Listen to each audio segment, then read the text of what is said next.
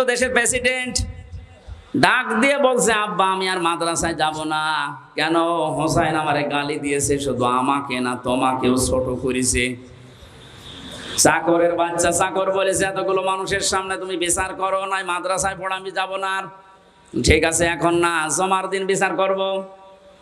জমার দিন যখন হাজারো মানুষ সামনে বক্তব্য দেওয়ার সময় তিনি বললেন সাহাবীরা আমি একটা বিচার করব।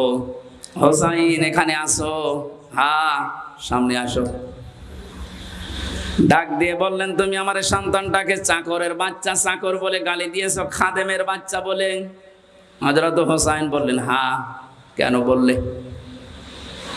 হযরত হোসাইন বলে খলিফা বুকে হাত দিয়ে বলেন তো আপনি কি আমার নানার খাদেম ছিলেন না?